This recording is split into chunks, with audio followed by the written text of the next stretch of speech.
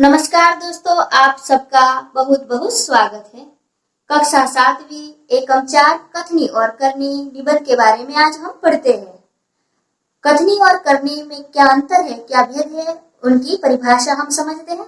कथनी यानी कहना, किसी व्यक्ति द्वारा काम करने के लिए वाक्य बोला जाता है, वो कथनी होती है, जबकि किसी व्यक्ति द्वारा किया गया काम करनी होती है। कथनी और करनी की उपेक्षा आसान मानी जाती है। कथनी मुंह से बोले गए वाक्य होते हैं, जबकि करनी दिल और शरीर से निभाए गए कार्य होते हैं। दोस्तों, कथनी और करनी के संदर्भ में कबीरदास ने अपने दोहे में सच ही कहा है।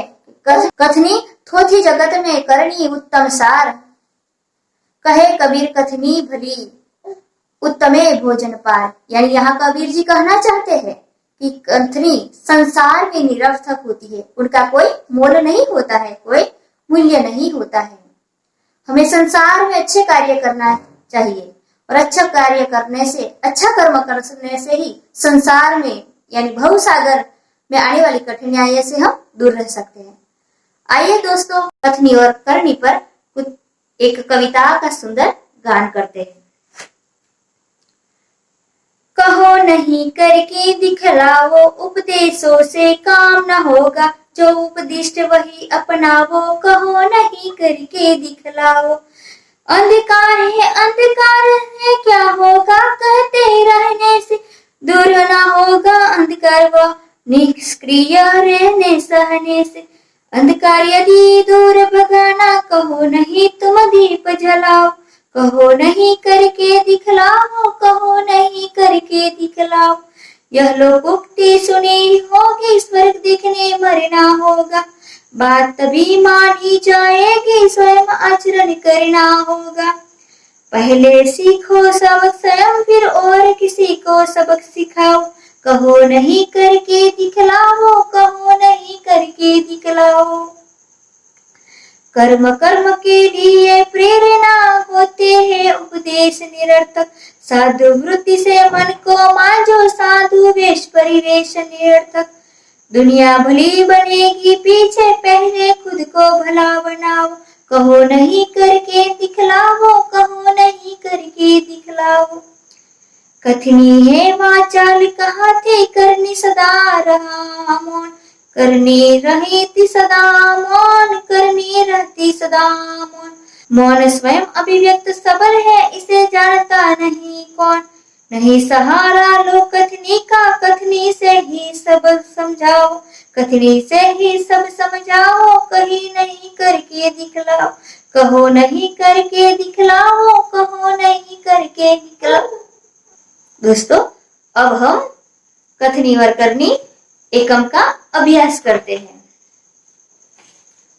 सबसे पहले दोस्तों, हम मनुष्य और प्राणी को ईश्वर ने जो प्रदान किए गुणों के बारे में कुछ समझते हैं। तो ईश्वर ने मनुष्य को अनमोल शक्तियां दी है, बहुत गुणों से संवारा है, सजाया है, जबकि प्राणी वाचाल नहीं है, गूंगा है, फिर भी अपने जो विचार है, अपनी जो वेदना है, वो आंसू द्वारा हमको बताता है, जबकि इंसान अपना विचार है दूसरे व्यक्ति या अपनी लागनी से वो बताता है। तो मनुष्य को कई गुणों से ईश्वर ने सजाया है, संवारा है, कई शक्तियां प्रदान की है। ईश्वर ने मनुष्य को अन्य प्राणियों से श्रेष्ठ बनाया है, श्रेष्ठ यानी उत्तम बनाया है, कई गुणों से उसे संवारा है, इसका उसे अभिमान भी होता है।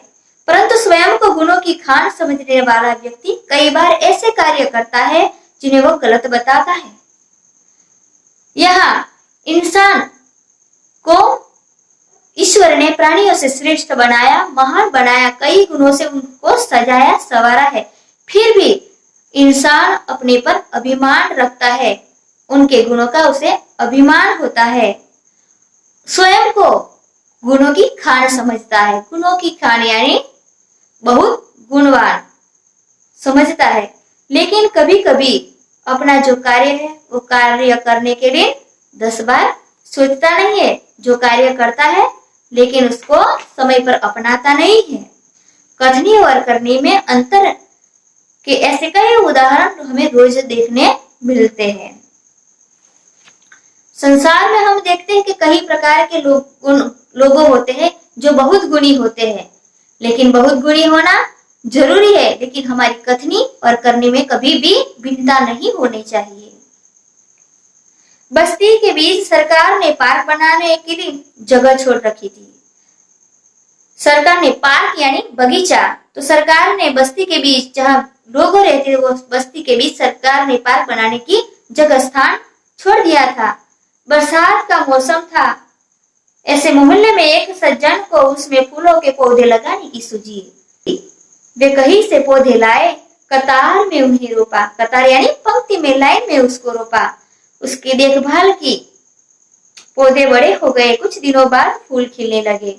अब अच्छे से उनकी देखभाल की, पौधे कुछ समय के लिए अच्छे बड़े होने लगे, उस पर फूल आने लगे, बहुत अच्छे सुंदर लगने लगे। मोहल्ले लोग सुबह शाम पार्क टहलने निकले। जो मोहल्ले में सज्जन रहते थे, दूसरे भी और व्यक्ति रहते थे, तब सुबह शाम ये सज्जन ने जो पौधा लगाया था वही पार्क में सुबह शाम लोग टहलने निकलने लगते थे, घूमने निकलते थे। तो फूल सुंदर, खुशबू देने वाला, ताजगी देने वाला, कोमलता प्रदान करने वाला होता है, क्योंकि आंधी आंधी तूफानों में फूलों सबसे टकराते हैं, फिर भी वो हमेशा खुश रहते हैं, मुस्कुराते रहते हैं और दूसरों को खुशियां देता है। उसी तरह जीवन में हमें फूल की तरह रहना चाहिए। तो फूल इसीलिए हमें अच्छे लगते हैं, खुशबू देते हैं। पार्क में लोगों के आने जाने से उन्हें यह लगा कि लोग इन फूलों को तोड़कर ले जाएंगे। सज्जन को लगा कि पौधे फूल लगाए हैं, अब पौधे लगे हैं तो पार्क में लोग, गांव के लोग जो है, मोहल्ले के लोग हैं, रोज टहलने आएंगे और ये फूल तोड़ जाएंगे, चुट लेंगे। तो उन्हें एक तख्ती पर यह लिख कर टांग दिया कि फूल तोड़ना मना है, कि रोज लोग आते हैं पार्क में घूमने के लिए, टहलने के लिए, तो फूल तोड़ लेंगे, चुट लेंगे, तो क्या होगा, एक भी फूल नहीं रहेगा। तो सज्जन ने सोचा कि अभी मुझे एक तख्ती लगानी चाहिए, और तख्ती लगाकर लिख दिया कि फूल तोड़ना मना है। आते जाते सब उसको पढ़ते, कोई भी फूलों को नहीं तोड़ता। पर मजे की बात तो तब सामने आई जब लोगों के तख्ती लगाने वाले सज्जन को बड़े सवेरे जल्दी जल्दी फूल तोड़ते देखा। वे अपनी शर्म मिटाने के लिए बोले, पूजा के दिन फूल तोड़ रहा हूँ। कि सज्जन ने तो तख्ती पर लगा दिया, लिख दिया कि फूल तोड़ना मना है, लेकिन सुबह का समय था, पार्क में लोग, जो मोहल्ले के लोग हैं, सुबह शाम टहलने निकलते थे, तो सुबह सुबह सज्जन भी उस पार्क में है और अपनी थाली में वो फूल चुड़ रहा है, ले रहा है, तोड़ रहा है। तब टहलने वाले लोगों ने देख लिया कि तख्ती पर तो लगा दिया है, लिख दिया है कि फूल तोड़ना मना है, फिर भी सज्जन अपने आप फूल तोड़ रहे, तो वो सूचना किसके लिए लिखी हुई है कि फूल तोड़ना मना है। तो कोई आदमी ने कहा, दूसरे व्यक्ति ने कहा कि भाई आप तो फूल तोड़ रहे हो, यहाँ लिखा है फूल तोड़ना मना है। तो सज्जन शर्म से उसका सिर है, वो सज्जन का सिर झुक जाता है कि मैं तो ऐसे ही पूजा के लिए फूल तोड़ रहा हूँ। बसों में लिखा होता है धूम्रपान करना निषेध है। एक बार यात्रा करते हुए देखा कि ये एक यात्री ने बीड़ी जलाई और पीने लगा। उसे देखकर कंडक्टर ने कहा, भाई साहब बस में बीड़ी सिगरेट पीना मना है। उसने जलती बीड़ी खिड़की से बाहर फेंकवा दी।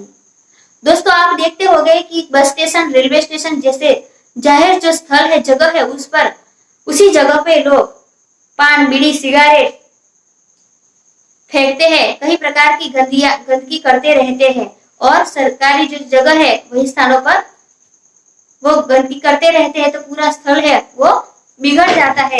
और जो सूचना लिखी हुई होती है, विभिन्न प्रकार की, वो सूचनाओं का पालन नहीं करते हैं। दोस्तों ऐसे कहना तो लोगों को आसान लगता है, जब अपनी बारी आती है, करने की बारी आती है, तो वो करते नहीं है, आचरण में लेते नहीं है वो कार्य। थोड़ी देर बाद कंडक्टर ड्राइवर के केबिन में जाकर बैठा, सिगरेट जलाए और दोनों पीने लगे। एक दूसरे यात्री ने यह देखा तो लिखे हुए वाक्य की ओर इशारा करते हुए कंडक्टर से कहने लगे, भाई साहब बस में सिगरेट पीना मना है। इस पर कंडक्टर शीघ्र बोल उठा, यह वाक्य आपके लिए, न कि हमारे लिए। एक व्यक्ति दुकान पर गया, स्कूटर दुकान के सामने खड़ा कर ही रहा था कि दुकानदार बोला, आप अपना स्कूटर वह सामने वाहन रखने के स्थान पर खड़ा करके आइए। तो बोल देता है दुकानदार कि भाई यहाँ पार्क की जगह नहीं है, अपना जो स्कूटर है दूसरी जगह पार्क करके आओ, यहाँ नहीं। आप अपना स्कूटर वहां सामने वाहन रखने के स्थानों पर खड़ा करके आइए। सज्जन ने कहा मुझे ज्यादा समय यहाँ थोड़ा रुकना है, मैं तो अपना सामान लेकर अभी ही चला जाऊंगा। दुकानदार बोला पर दुकान के सामने बीच सड़क पर स्कूटर खड़ा रखना कोई ठीक बात नहीं है।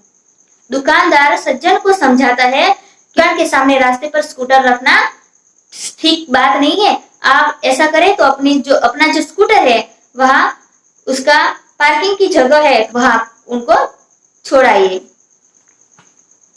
सज्जन ने स्कूटर वहां खड़ा करके स्थान पर ले जाकर खड़ा किया और वापस आकर सामान खरीदने लगे।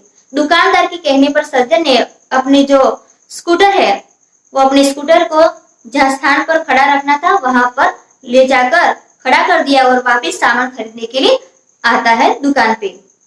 इतने में स्कूटर लेकर दुकान पर एक लड़का आया। स्कूटर दुकान के सामने खड़ा करके वो दुकान के अंदर चला गया। इस पर उस सज्जन ने दुकानदार से कहा आपने इसे मना नहीं किया? वह बोला यह तो मेरा बेटा है। तो कथनी और करने में यहाँ हमें भिन्नता दिखाई देती है कि दूसरों लोगों को कहना है और जब अपनी बारी करने की आती है अपने संबंध की अपने परिवार की तब अच्छी तरह उसको अच्छे सगंजे में ले जाते हैं और आचरण करने में अलग तरीका दिखाई देता है। कुछ लोग ऐसे भी होते हैं जो आदर्श की बातें करते हैं लेकिन जब उन्हें अपनाना पड़े तो वे आदर्श भूल जाते हैं। हम उपदेश तो दूसरों लोगों को देते रहते हैं लेकिन वो उपदेश हम खुद नहीं लेते हैं। दूसरों को आचरण में लेना सिखाते हैं लेकिन खुद आचरण में नहीं लेते। ऐसे कई लोग हैं जो आदर्श की बातें करते हैं लेकिन वो अपनाते नहीं है। एक दिन एक सज्जन के घर उनके मित्र मिलने आए। दोनों मित्र बातचीत में मग्न थे कि किसी ने दरवाजा खटखटाया। सज्जन के घर एक दिन उसके मित्र उसको मिलने आते हैं। दोनों मित्र बातें ही कर रहे थे कि किसी ने वहां आकर बाहर का जो दरवाजा है वो क्या करा, खटखटाया। उन्होंने खिड़की से झांककर देखा, बाहर मकान मालिक खड़ा था। खिड़की गुजराती में हम बोलते हैं बारी, तो खिड़की से जाकर देखा तो वो मकान मालिक खड़ा था जो पिछले 4 माह का किराया मांगने बार बार आ रहा था। घर का किराया था वो मांगने आ रहा था, जिसको हम गुजराती में क्या बोलते हैं, भाड़ू। उन्होंने अपने बच्चे को समझाकर बाहर भेज दिया कि बेटा मैं जैसा कहो वैसा बाहर मकान मालिक खड़ा है वो उनको ऐसा तुम कह दो। क्या?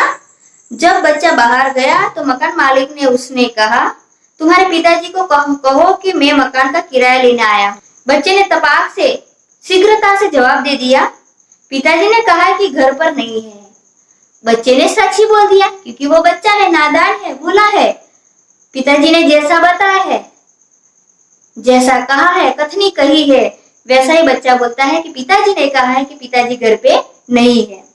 बच्चे की बात सुनकर मकान मालिक हंसने लगा। घर बैठे मित्र के चेहरे पर भी मुस्कान आ गई। दोनों मित्र बातें कर रहे थे अंदर, वो उसके चेहरे पर भी मुस्कान आ गई, हंसी आ गई, जिसे देखकर वे सज्जन पानी पानी हो गए, बहुत लज्जित हो गए। एक सज्जन ने अपने पोते को यह सिखाया था कि हमें कभी भी किसी काम को गलत ढंग से नहीं करना चाहिए, मतलब कि सही तरीके से ही हमारा काम करना चाहिए। हमेशा अपनी बारी की प्रतीक्षा यानी इंतजार करना चाहिए।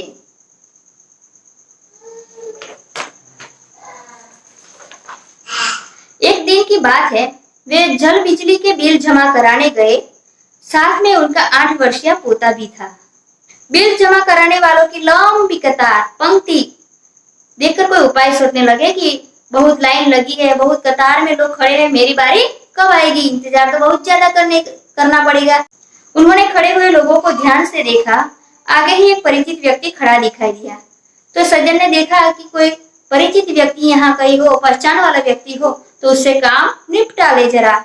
वे तुरंत उसके पास गए और बोले बेटा ये बिल तुम घर पर ही भूल गए आए, लो इसको भी जमा करा दो। पोता बार बार कहने लगा कि दादाजी आप क्या कर रहे हो, लाइन में लगिए ना, कतार में रहना है, सब लोग एक के पीछे एक बिल जमा करवा ही रहे हैं, हमारी बारी की हमें प्रतीक्षा तो करनी चाहिए ना। उसकी बात सुनकर लोग हंसने लगे। कई लोग ऐसे होते हैं जो आदर्श की बातें तो करते हैं लेकिन अपनाते नहीं, आचरण में नहीं लेते आदर्श। बड़ी बड़ी बातें करते हैं, कथनी उनकी अलग होती है और करनी भी अलग होती है।